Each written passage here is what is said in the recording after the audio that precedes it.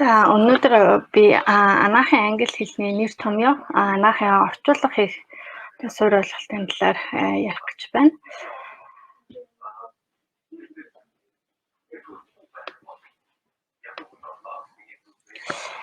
За тэгэхээр анаахын нэр томьёо гэхээр ер нь бол одоо анаахын чиглэлээр сурч байгаа эсвэл одоо мэрэгчлээ дэвшүүлж байгаа орчуулга хийж байгаа хүмүүс хамгийн түрүүнд одоо анаахын нэр томьёоныхоо суурь ойлголтоо болсон байх хэрэгтэй. Тэгэхээр би энд яг товчхон ойлголт өгөх зорилгоор ингээд мэдээлэл яасан маа. Тэгэхээр одоо бид нэр монгол хэлээ анх сургуультаа үзэхдээ одоо үгийн язгуур, үндэс, за тэгээд дагуур, ухтур гэдэг зүйлүүдийг үздэг. За анаахын нэр томьёон дээр яг шинэ хэл үзэж байгаа юм шиг эдгээр одоо язгуур, ухтур, дагуур гэсэн ойлголтууд гарч ирдэг. Тэгээд анаахын англи хэлэн дээр одоо жишээ нь бүх үгийг одоо мэддэг байна гэж бол байхгүй, маш олон үгнүүд байгаа. Харин гол нь одоо яг тухайн үгнүүдээ маш зөв одоо задлж сурах юм бол анаахын ямар ч үгийг одоо ерөөдөө утгыг нь бол ойлгоод авчих боломжтой болдог. За анаахын нэр томьёон дээр юм язгуур, за ухтур, дагуур гэсэн яг 3 юм гол үндсэн одоо хэсгүүд байдаг. За язгуур хэсэг дээр болохоор яг үгийн яг гол утгыг илэрхийлж байгаа үг байна. За энэ нь хөвчлэн анаах дээр болохоор ямар нэгэн эрхтний нэр байдаг. За тэгээд тэрнээсээ хамаарат жишээ нь зүрхтэй холбоотой үг зүрх гэсэн үг одоо язгуур хэсэгт нь орсон байх юм бол энэ зүрхний ямар нэгэн өвчний талаар эсвэл одоо шинж тэмдгийн талаар ярих юм байна гэдгийг утгаар гадарлаж болно гэсэн. За тэгээд prefix буюу одоо ухтур байгаа. За ухтур болохоор яг үгийн ихэнх хэсэгт одоо язгуурын өмнө байрлаж өгдөг. За ингэхдээ prefix болохоор хэд хэдэн төрлийн одоо ухтур гэж байдаг. За negation буюу одоо үүсгэлийн ухтур гэж байна. За жишээ нь одоо яг үндсэн мэддэг үгний чинь өмнө ин гэсэн одоо ухтур ороод ирэхэд яг нөгөө үгээ жишээ нь үүсгдэг. За бас одоо contraception гэдэг одоо жирэмслэлтээс хамгаалах юм байлаа гэхэд тэрний одоо exception гэдэг нь болохоор яг үр тогтолт гэдэг үг байнгут contra гэдэг нь болохоор negation буюу үгүйсгэлийн ухтур байдаг. Ингээд үр тогтолтын эсрэг буюу жирэмслээс хамгаалах юм гэсэн одоо бүтдэг байх жишээтэй. За position, direction буюу одоо юмны чиглэл, байрлалыг заасан үг байдаг. За энэ нь болохоор мэдээж яг дүр сонирхолгоо эднэр за нэлээд шинжүүдийг хэлж яхад бол айгүй чухал үүрэг гүйцэтгэдэг. Жишээ нь одоо яг юуны зүрхний дээд хэсэг эсвэл доод хэсэг гэдгийг нь болохоор тухайн ухтураар болохоор илэрхийлдэг гэсэн үг.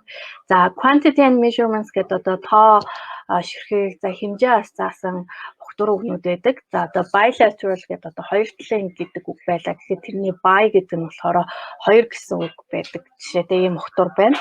За time буюу одоо хугацааг зааж болно. Одоо retrospective гэсэн одоо судалгаа байлаа гэхэд retro гэдэг нь болохоор өнгөрсөн буцах гэсэн утгатай үг. Жишээ нь retrospective судалгаа болохоор яг өмнө одоо хадгалагдсан датанууд дээр анализ хийж судалгыг хэлдэг. Тэгэхээр бас ингээд цаг хугацаа орсон юм ухтурууд байх жишээтэй. За general буюу бас ерөнхий ухтурууд байна. За тэр нь бол бас ерөнхийдөө medical terminology гэдэг та нар интернетээр хайх юм бол түгээмэл хэрэглэдэг анаахын нэр томьёонууд гарч ирдэг. За хэрвээ prefix гэдэг medical terminology-ийн ард prefix гэд хайлаа гэхэд яг анаахын одоо ухтурууд нь гараад ирчих жишээтэй. Тэгэж бас хайлтаа хийж болно. За suffix буюу одоо үгийн дагуур байгаа. За үгийн дагуур болохоор бас хэд хэдэн төрөлтэй. За symptomatic буюу одоо шинж тэмдэг заасан одоо дагуурууд байдаг.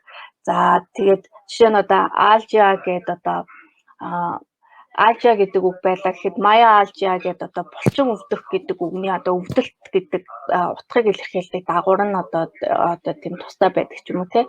Ерөнхийдөө ийм маягаар бас нэг шинж тэмдэг заасан дагуурууд байдаг. За diagnostic буюу одоо оншилгоо за мөн одоо бага шинжилгээнүүд дээр гардаг одоо үгнүүд дагуурууд гэж байгаа. За тэр нь одоо дурангийн багч юм уу эсвэл одоо яг ямар бэнтгийн туяа ашигласан багч гэдэг ч юм уу. За тэрнээс хамаарат diagnostic suffix-ууд нь бас өөр өөр байна. За operative гэдэг suffix-ууд нь болохоор дандаа мэс заслын одоо практик дээр хэрэглэгддэг. За жишээ нь мэс заслын практик дээр болохоор бутлах, за тэгээд соруулж авах, За оёдолтой холбоотой бас ийм хит хэдэн одоо suffix буюу дагаврууд байдаг. За diminutive буюу одоо хэмжээгээр нь жижигсэх асан утгатай бас үгнүүд байна. За vesicle гэл одоо цэврүүнцэр гэдэг үг байлаа. Гэхэд тэрний equal гэдэг дагавар нь одоо жишээ нь яг нөгөө цэврүү гэдэг үгийг цэврүүнцэр болгож жижиг хэмжээтэй гэдгийг нь одоо зааж авах жишээтэй. За мөн general буюу одоо suffix prefixтэй ижилхэн түгээмэл одоо ердийн хэрэглэгдэг энгийн тийм дагаврууд бас байдаг. Тэгээ medical terminology болохоор яг энэ бүтцүүдийг нь ойлгох юм бол та одоо хэдэн зуун мянган үгийг заавалч цээжлээд авахгүйгээр ер нь бол одоо яг анаах чинь илүү бид нэр ном уншин, за судалгаа уншин энэ болгон дээр шинэ үгнүүд гарч ирнэ. Гэхдээ одоо анаахын нэр томьёогоо мэдээд одоо яг энэ язгуур, утвар дагавраа мэдчих юм бол за 70-80% ерөөхдөө бол ойлгочихно гэсэн үг. За тэгээд анаахын орчуулгын тал дээр хүмүүс их асуудаг. Тэгэхээр би яг орчуулга дээр хэрэгцээтэй ерөөхдөө ямар зүйлс хэрэг болдог талаар товч хэлье гэж бодсон. За анаахын орчуулга ихтэй хамгийн түрүүнд хэлсэн сая түрүүний анаахын нэр томьёоны ойлголттой болсон байх хэрэгтэй. Нэр томьёогоо мэддэг байх хэрэгтэй. Аль эрхтэн тогтолцоон дээр, аль одоо онцлогоон дээр ч юм уу шинж тэмдэг дээр ямар үг хэрэглэгдэх вэ гэдэг талаар одоо мэдчих хэрэгтэй. За магадгүй одоо мастер доктор хамгаалж байгаа хүмүүс бол судалгаан дээр гардаг үг хэллэгүүдийг илүү мэдчих хэрэгтэй болно. Тэгэхээр анаахын нэр томьёоноос гадна ер нь үгийн баялаг бол маш чухал. Тэгэхээр үгээ сайн сурж иж орчуулах одоо яг чадвартай болно гэсэн үг. За одоо миний хувьд гэх юм бол миний хувьд ч ерөнхийдөө анаахын орчуулга хийдэг хүмүүс бол одоо тойл бичиг бол зайлшгүй хэрэг болдог. За анаахын тойл бичгүүд төр гэх юм бол за Merriam-Webster гэдэг англиас англи руу ерөнхийдөө яг ингээ орчуулга хийгээд та анаахынхаа англи хэлийг сайжруулад ингээд сайжруулчихсан орчуулга хийх хэмжээнд орсон бол ерөөхдөө бол англиас монгол юм монголоос англи гэхээсээ илүү таны одоо нэг номерт одоо гарын авлагч нь болохоор ер нь англиас англи материал байх хэвээр. За Merriam-Webster бол яг олон улсад хүлээн зөвшөөрсөн маш олон одоо мэрэгжлийн үг хэллэг байдаг ийм тойл бичиг байдаг. За PDF-ээр болон Merriam-Webster болохоор өөрөө утсан дээр суулгадаг тийм аппликейшн хэлбэрээр бас байдаг. За Merriam-Webster-ийн анаахын үг хэллэгүүд болохоор бас нэлээд сайн маш сайн тооцогддог. Тэгэхээр Merriam-Webster-ыг бол байнга ашигладаг. За The British Medical Association гэдэг энэ Английн анаахын холбооны Illustrated Medical Dictionary буюу юм анаахын зурагтай юм тойл бичиг байгаа. За энэ болохоор яг одоо яг анатомийн бүтэц за ер нь тэгэл анаахтай холбоотой нэр томьёог ингээд зургаар бас харуулчихсан. Давхар болохоор яг тухайн яг одоо эмнэлзэн процесс нь яаж явж байгаа эсвэл одоо тэр оншин ямар учиртай ингээл тэр эмгэж байгаа мэднэ хүртэл биччихсэн юм юу тойл бичиг байдаг. Тэгэхээр энэ бол нэлээд хэрэг болно. За тэгээд Монгол дээр гэх юм бол Монгол дээр анаах ухааны хит хитэн тойл бичгүүд бол гараад тэгээд дэлгүүрүүдэд номын дэлгүүрүүдэд анаахын сургууль дээр бол зарагддаг. За одоо энэ анаах ухааны тойл бичиг гэдэг энэ Раднаа Азар автортай ийм тойл бичиг юм 3 бод тойл бичиг байдаг. За энэ болохоор нэлээд гайгүй тойл бичиг гэж боддог. За англи, орос, монголтойгоо байдаг. Ер нь бол өмнө үед гарч ирсэн анаах ухааны тойл бичгүүдээс бол арай илүү дэлгэрэнгүй тэгээд оновчтой үг хэллэг ашигласан тойл бичиг гэж боддог. Тэгэхээр ийм нэг тойл бичиг байгаа. За анаах ухааны Монгол нэр томьёоны товч тайлбар тойл гэдэг энэ Нимдава академичийн бас 3 бот илүү. За ерөнхийдөө ийм 3 өөр өнгийн ийм нэг бас тойл бичиг байдаг. За Монгол бичигтэй. За тэгээ арталт нь болохоор бас юун дээр Монголоос Монгол руу одоо анаахын нэр томьёог тайлбарсан юм тойл байдаг. За Нимдава академичийн тойл дээр бол яг нь ашиглаж болно. Гэхдээ яг нэлээд дээр үед хийгдчихсэн болохоор нэр томьёо одоо шинжлэгдэх шаардлагатай зарим одоо сүүлийн үед хэрэгэлдэг нэр томьёонуудаас ороогүй байдаг. Тэрүүгээр арай жоохон суулталтай. Гэхдээ ерөөхдөө бол юу талаас аягүй сайн дахлаа судал ч юм уу одоо юутай дахлаа судалтай холбоотой үг хэллэг бол аягүй сайн байдаг. За дараагийнх нь ер нь бол одоо яг анаах ухааны ахаад энэс гадна яг нэр томьёоны тол бичгүүд бол зөндөө байгаа. Гэхдээ ер нь бол яг анаахын нэр томьёон дээр болохоор яг тол бичиг дээр асуулал ял нэг тол бичгийг шууд баримтлан гэхэд аюу хэцүү байдаг. Яагаад тэгэхээр бүрэнгүүцэд одоо яг оновчтой үгээр хэлсэн үгнүүд бас ховор. Манайх дээр болохоор яг анаахын салбар дээр эрүүл мэндийн салбар дээр тийм журамсан тол гэж байдаггүй учраас одоо тол бичиг хийж байгаа хүн болгон өөрсдийн нэр томьёогоо ашигласан байдаг. Энэ нь болохоор илүү тийм сул талтай. Тийм учраас одоо яг дан ганц тол бичгээс хараад тухайн одоо орчуулгыг харахаас гадна ерөөхдөө одоо эрүүл мэндийн яамнаас гаргасан өдөртөмжүүд буюу одоо яг усын хэмжээнд баримталж байгаа баримтчиг дээр гарч байгаа үгнүүдийг давхар шалгаад тэрнтэй нэгзүүлж орчуулга хийвэл илүү зүгээр байдаг гэж хэлмээр байна. Гэтэ мэдээж яг эрүүл мэндийн яамнаас гаргасан өдөртөмжүүд бол яг бүр амар төгс гэж бол хэлж чадахгүй. Гэхдээ журамсан одоо бид нарт тийм журамсан нэр томьёо тол бичиг байхгүй байгаа үед бол мэдээж л одоо яг усын хамгийн одоо бодлого тодорхойлж байгаа яамдын гаргасан бичиг баримтыг одоо үндэслэлж ихэд орчуулга нэр томьёогоо хийвэл зүгээр гэж хэлмээр байна. За энэ дээр болохоор нэмэлтээр яг энэ бол яг үгийнхаа тэ үгийн сангаа нэмэгдүүлэх үгээ баяжуулах тал дээр ярьж байгаа. Давхар болохоор хамгийн их юм дээр бол анагаахын орчуулга дээр ерөөсөө олон удаа хийж турших тэгээд давтгал байдаг. За тэгээд ерөнхий тусмал даглагч нь гэхээсээ шууд ингээл анагаахын ерөнхий англи хэлний төвшин чинь гайгүй. За тэгээд одоо анагаахын яг нэр томьёогоо мэддэг байлаа гэж шууд орчуулчихна гэж байхгүй.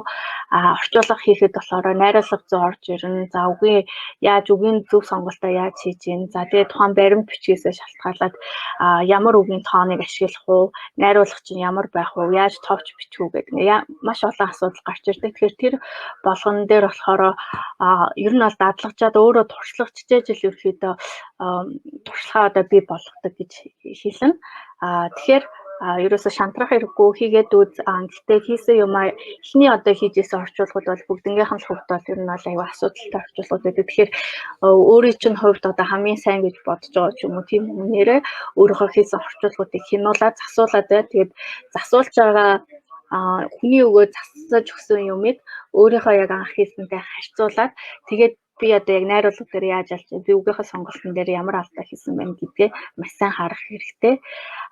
Дараагийн нэг зүйл нь бол одоо яг анагаахын орчуулга хийж яхад гардаг нэг юу бол бүх одоо үгийн одоо монгол орчуулгад байдгүй ялангуяа шинээр хийж байгаа одоо эмчилгээний технологи ч юм уу тийм үгнүүд байдаггүй. Тэгэхээр анагаахын орчуулга хийж яхад дан ганц үгээс үг рүү одоо махчилж орчуулах биш. Ерөөхдөө бараг процедурын талаар ярьжлаа гэхэд тэрнийхээ процедурыг англиар нь хайж олж уншаад тэгээд тэр утгаа монгол дээр нь яг буулгах буюу одоо нэг үгнээс нөгөөх нь арга өгүүлбэрээр одоо тухайн үгээ илэрхийлэх юм тохиолдол байдаг. Тэгэхээр хүмүүсийн хамгийн их гаргадаг алдаа нь бол орчуулга хийж би үгнээс үг рүү одоо махчилж орчуулах хэрэгтэй ч гэдэг юм уу тийм юм дээр яг анагаахын орчуулга хийж байхад бол хизээч одоо үгнээс үг рүү орчуулж байхад бүрэнгүүцэд бол утгаа гаргаж чадахгүй. Тэгээ тэрийг бол анхаарах хэрэгтэй байгаа. За тэгээд одоо энэ анагаахын орчуулга дээр хэрэглэх одоо хамгийн гол одоо таны их усүр бол өөрийн чинь бэлдсэн одоо анагаахын нэр томьёоны шийдс буюу одоо юутай болох хэрэгтэй. Та өөртөө тийм файлыг үүсгэх хэрэгтэй. Тэгэхээр орчуулга хийж явах үед болгоо одоо шинэ нэр томьёонууд гарч ирнэ. За шинэ зүйл мэдэж авна. За тэрийг болохоор шийд дээрээ буулгаад тэгээ яг одоо тогтсон үг нэрчил ч юм уу те нөгөө тол бичгээс харсан зүйлээ яамны удирдамжтайгаар харьцуулаад тэгээ аль нь илүү зөв байж болох вэ гэдгийг яг шийтэндээ одоо тухайн файландаа оруулснаар та өөрийнхөө тол бичгийг бий болгох боломжтой. За ингээ өөрийнхөө тол бичгийг бий болгож ижил ерөөхдөө таны одоо орчуулга чинь ирээдүйд илүү сайжрах боломж гарч ирнэ гэсэн үг. За дараа нь болохоор ер нь бас яг орчуулга хийхэд хамгийн гол хэрэгцээтэй зүйл бол та их зүйл уншиж судлах хэрэгтэй. Уншиж судалж ээж одоо ялгаа зүйлээ одоо ойлголттой болсон байж ээж ерөөхдөө орчуулга хийн. Тэрнээс биш шууд ингээл хараад орчуулга хийж явах үед жишээ нь бид нар одоо яг бусад мэрэгжлийн ч юм уу за ерөнхий одоо анаахаар мэрэгсэн байлаа эсвэл өөр одоо нэг нарийн мэрэгжил эзэмшсэн байлаа гэхэд өөрийнхөө нарийн мэрэгжлээс өөр одоо нарийн мэрэгжлийн юм орчуулахад ахиа шинэ зүйл сурах шаардлага байдаг учраас та аль болох олон их сурвалжаас олон одоо мэдээллийг уншиж одоо судалдаг байх хэрэгтэй болно. За энэ must have apps буюу ер нь одоо анаахын оюутан эмч нарт те одоо яг эмнэлгийн мэрэгчлэнүүдэд одоо хэрэглэх ёстой ямар аппууд байдаг талаар одоо ерөнхийдөө танилцуулъя. За up-to-date-ийг та хэд одоо сонссон бах энэ жилийн хувьд гэх юм бол 4 сар хүртэл дэлхийд яг up-to-date-ийг үнэгүй ашиглах боломж бүрдсэн. За тэгээд up-to-date бол хамгийн сүүлийн үеийн мэдээлэл, нэлээд өдөртөмжүүдтэй гарсан шинжилэл, за тэгэл онлайн мэдээлэл, нэлээд мэдээллүүд бол байнга шинжлэгдэж ийм сайт ерөөхдөө бол хамгийн найдвартай их сурвалж гэж хэлж болно. Айлч нарийн мэрэгжилд байсан хамаагүй up-to-date дээр бол нэлээд өргөн хүрээний мэдээллүүд бол байнга орж ирж байдаг. За ганц одоо эмч нарын одоо өөрийнх нь чадварыг сайжруулахаас гадна өвчтнүүдэд өгөх зөвлөмжөө одоо яаж сайжруулах вэ гэдэг өвчтнүүдэд зориулсан бас мэдээлэл байдгаараа аюул онцлог.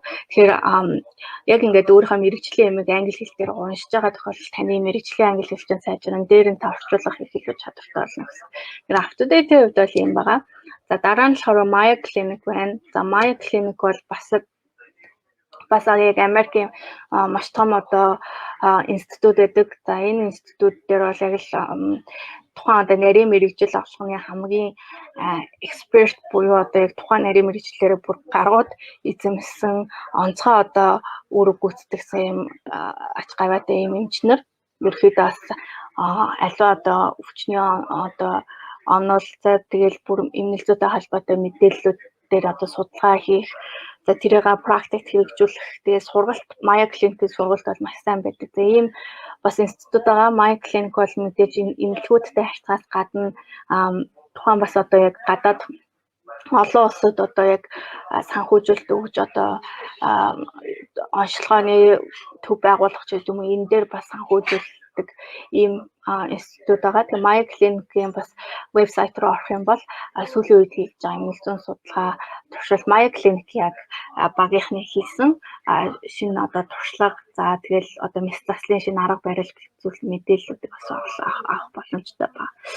За up-to-date Maya Clinic хоёр бол хоёулаа аргалт нь одоо тухайн мэдээллийг болохоор өөр эмчнэр бэлдэж олно. Гэхдээ яг энэ тухайн яг системийн арталт болохоор яг редакторын багууд гэж үүдэг. Редакторын багууд нь бас яг тухайн нарийн мэрэгчлэр одоо хамгийн өндөр алтан тушаалтай хамгийн одоо эксперт гэж хэлэх хүмүүс байдаг. За энэ хүмүүс болохоор мэдээлэл олгоныг ерөөхдөө ахиж нэгтлээд за яг юуны онлайн хувьд зүг байна уу? За ямар одоо алдаа дутагдaltaгүй мэдээлэл байна уу гэдгийг нь бас дахин шалгаад ингэж хийдэг учраас мэдээллийн чанар бол маш сайтай найдвартай их сурвалж байна гэсэн үг.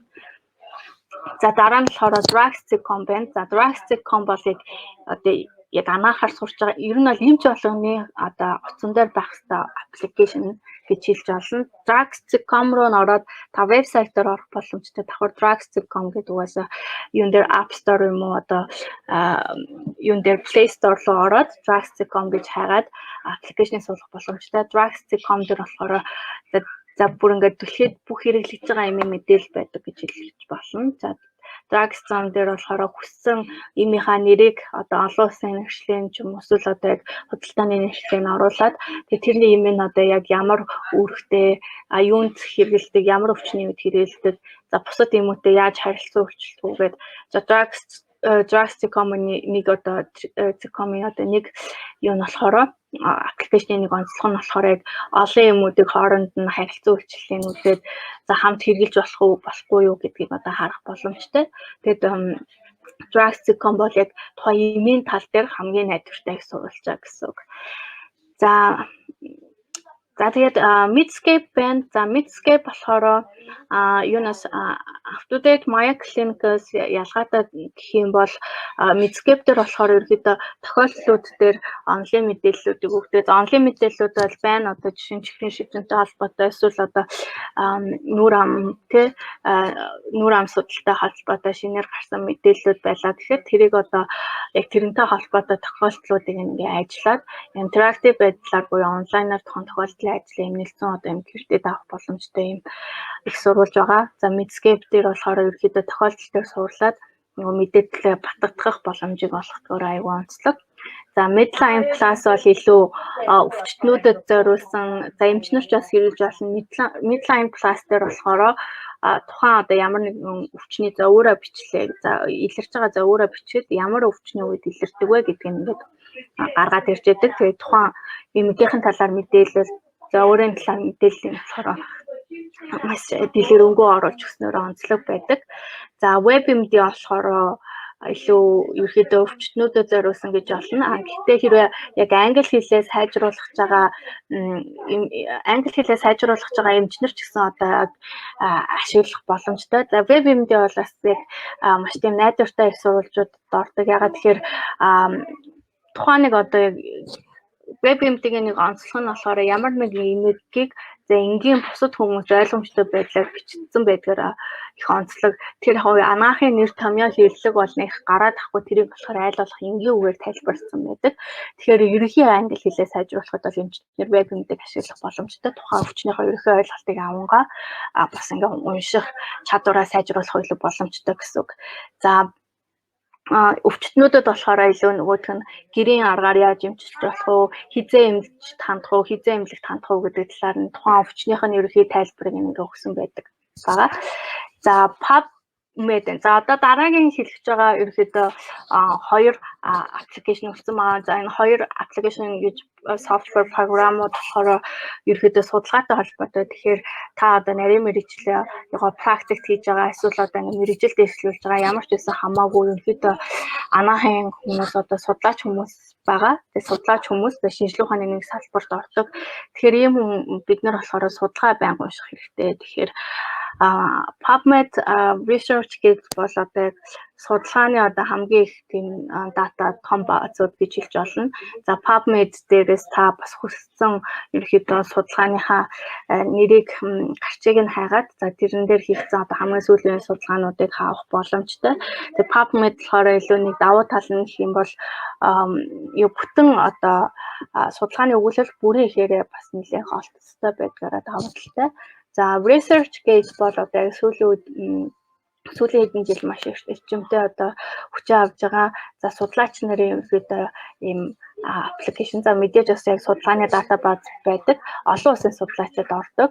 За ResearchGate дээр одоо яг та аль нэг одоо эмнэлэгт эсвэл институтад ажилладаг бол тухайн одоо институтын эмнэлгийнхаа мэйлэр аккаунт үсгээд за тэгээд өөрийнхөө судлаачийн профайлыг бий болгох боломжтой.